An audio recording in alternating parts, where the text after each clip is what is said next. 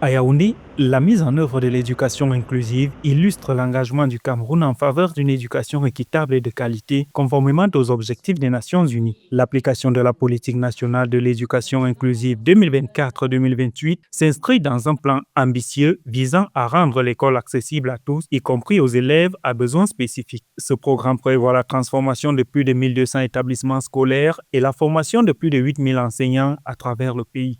Nous accueillons tout type d'enfants et en fonction du profil de chaque enfant, nous adaptons les enseignements, c'est-à-dire les méthodes et les outils d'enseignement.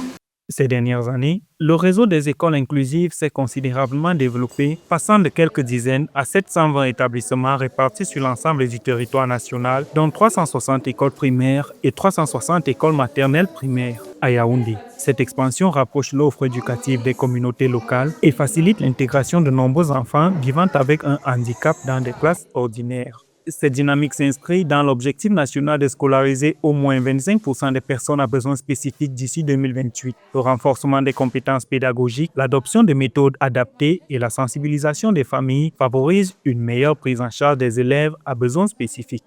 De nos jours encore, et c'est triste de le dire, il y a des gens qui assimilent encore le handicap à la sorcellerie.